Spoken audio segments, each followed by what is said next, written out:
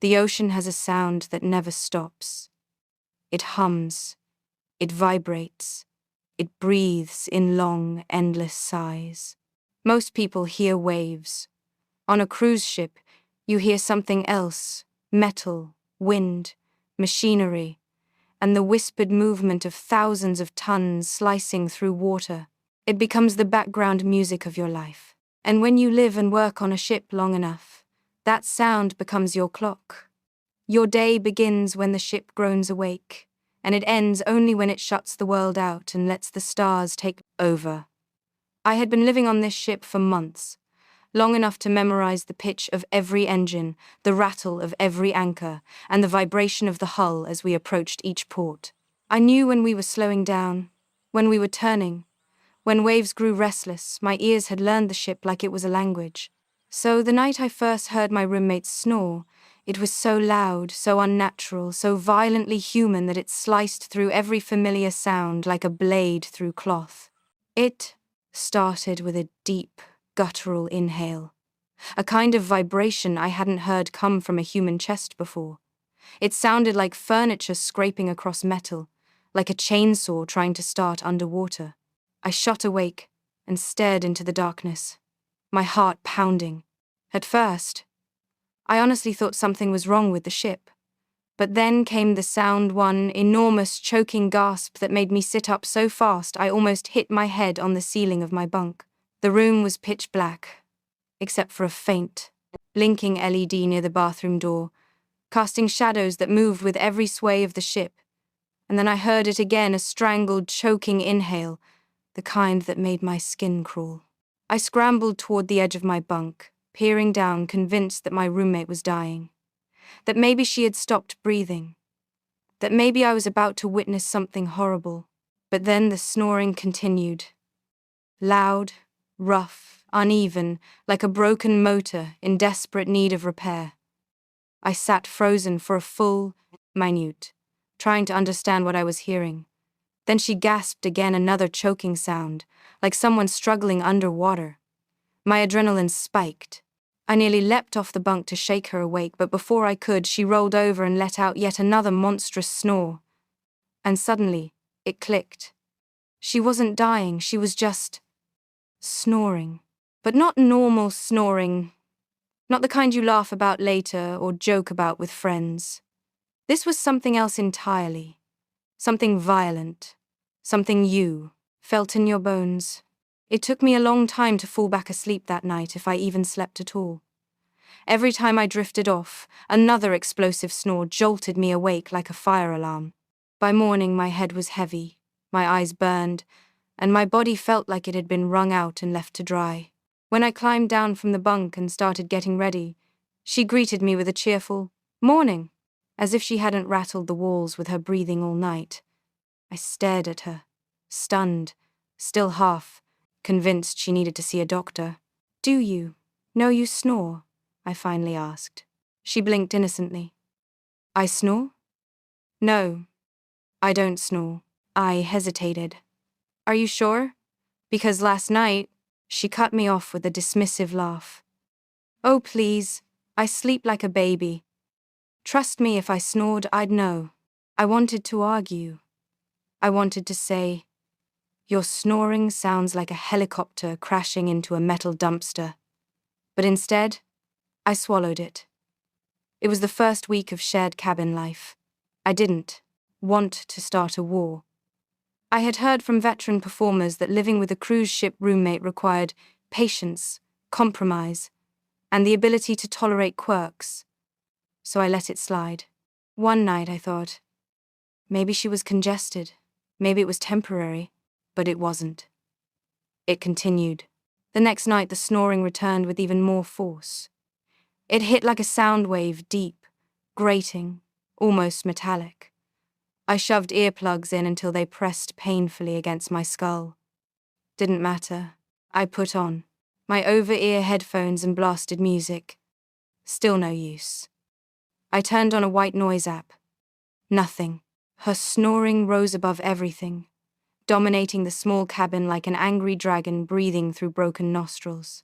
After days of no sleep, my mood began to crack. I became irritable, foggy, slow in rehearsals. My voice coach asked if I had a cold. I said no.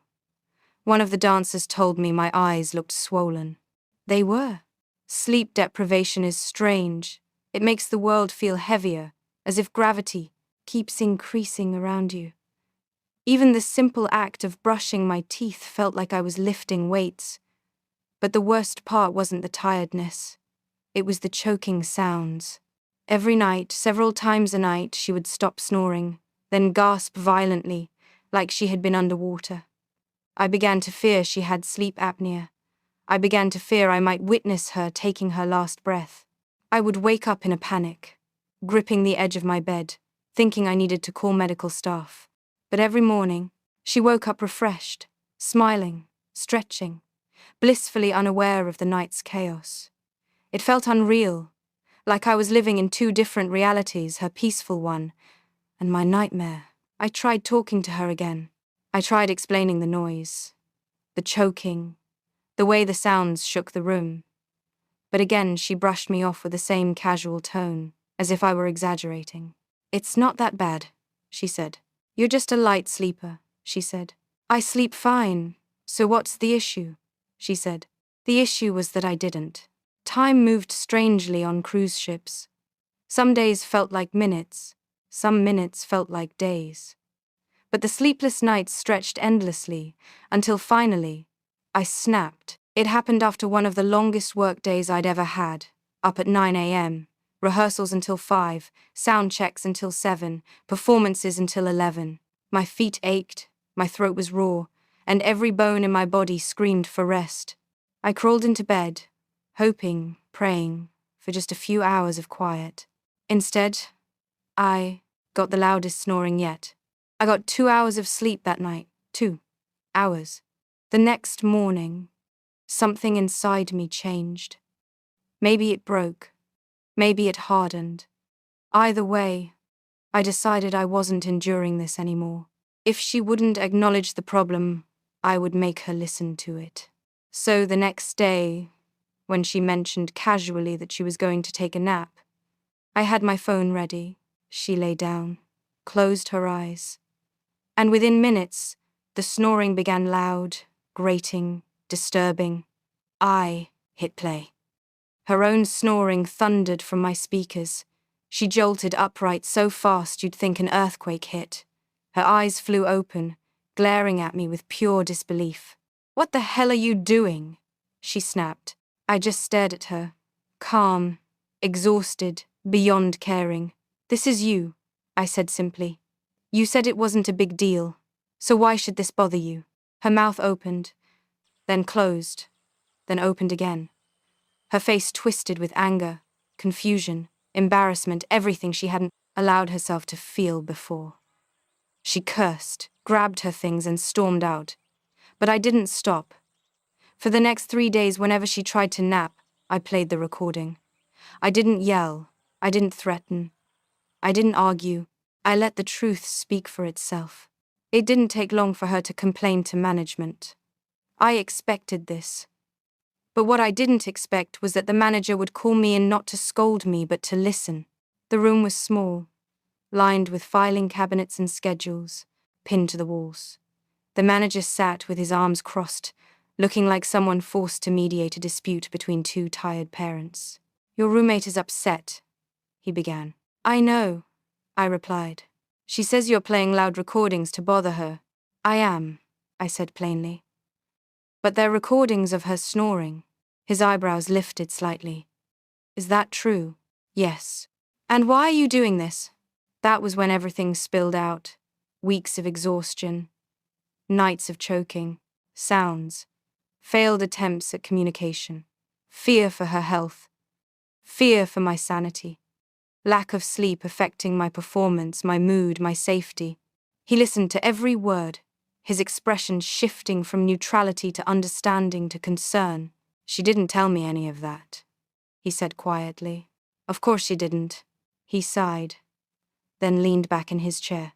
"Her snoring is not normal, and it's not fair that you've had to suffer through it alone. You deserve sleep.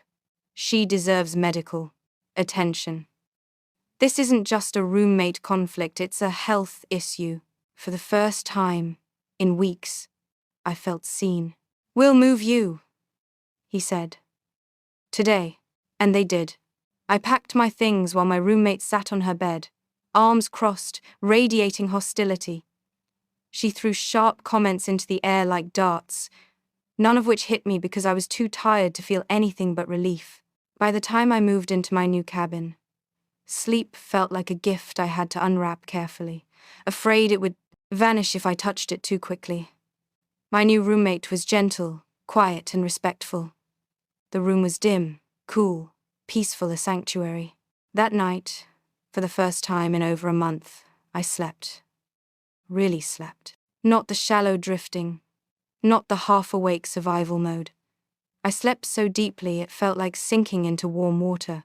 Hours later, I woke up before my alarm, rested, whole, human again.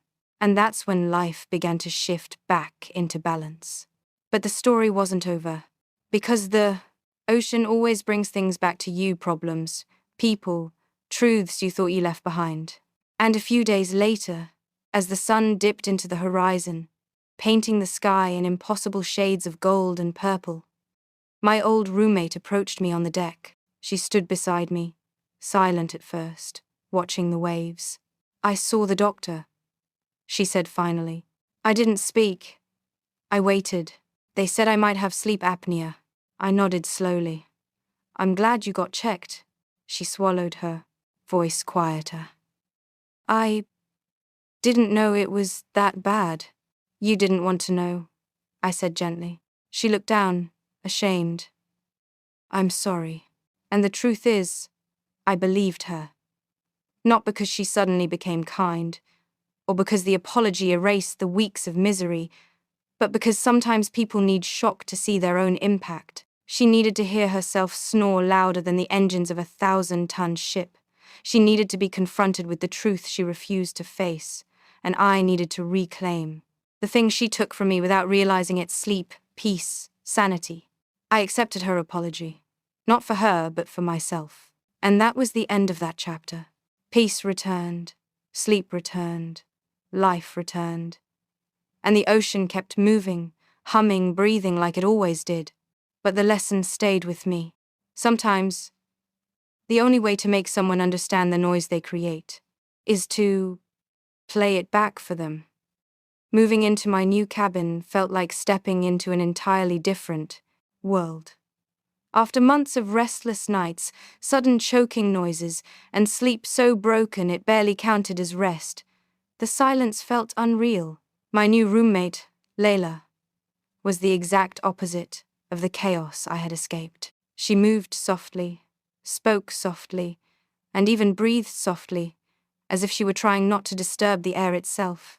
That first night, I lay awake not because of noise, but because of the strange calmness that surrounded me. For the first time in ages, I wasn't bracing myself for a loud snore, or a choking sound that would jolt me into panic. Instead, I woke up before my alarm feeling something rare on a cruise ship: peace. But peace never survives long on board. By the next day, the rumor mill had already begun to spin. When I entered the crew mess for lunch, I could feel the eyes on me. People whispered behind their hands, looked at me, nudged each other, and exchanged snickers as if I had become the villain in some shipboard soap opera. It didn't take long before I overheard the exaggerated, dramatic version of my story spreading like wildfire. According to the rumors, I hadn't just recorded my old roommate's snoring. I had blasted it through a speaker for days, shaking the walls, tormenting her, waking her on purpose, and then filing an official complaint to get her disciplined. None of it was true, yet the embellished version was too entertaining for anyone to let go. On cruise ships, truth is rarely as interesting as the twisted tale people prefer. Within a few days, I was called back to the office for another meeting. This time, the assistant HR officer was sitting beside my manager, which instantly made my stomach tighten. My former roommate had filed an informal concern, claiming that I had created an unsafe, emotional environment and weaponized audio recordings to torment her. The words sounded dramatic, even as HR read them.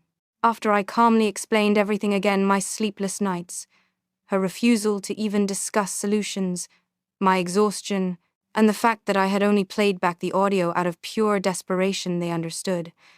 HR reassured me that I wasn't in trouble, and the matter was only being documented so it wouldn't escalate into something bigger. I left the room relieved, but I also knew this wasn't over. The gossip kept spreading until something unexpected happened.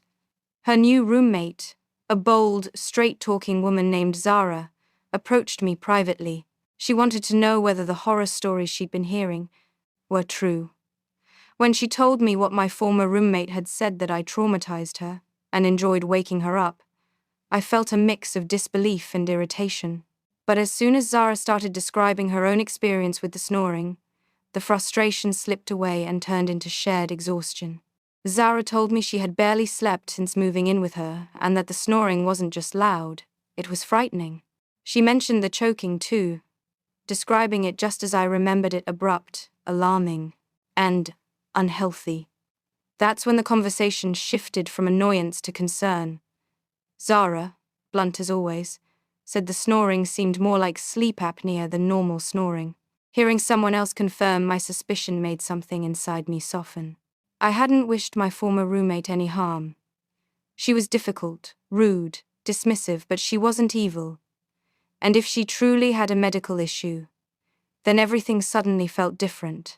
The turning point came unexpectedly when I ran into her in the laundry room. The small, humid space felt like the worst possible place to confront unresolved tension. She froze when she saw me, and the sharpness in her eyes told me she was still angry. She accused me of being happy that she'd been moved, of humiliating her, of winning some invisible battle. For the first time, I responded without anger. I told her honestly that I never wanted humiliation, only sleep. When I told her she'd refused to even discuss the issue, something shifted. The defensiveness in her face faded just a little. And for the first time, she asked a question without attitude. She wanted to know if her choking was really that bad, and whether it meant something serious. And in that moment, all the frustration I had carried for months dissolved, replaced by a quiet sadness, because I realized she had no idea how unhealthy her sleep really was. I told her gently that she should get it checked, and for the first time ever, she nodded. 2 weeks later, word got around that she had visited the ship's medical staff.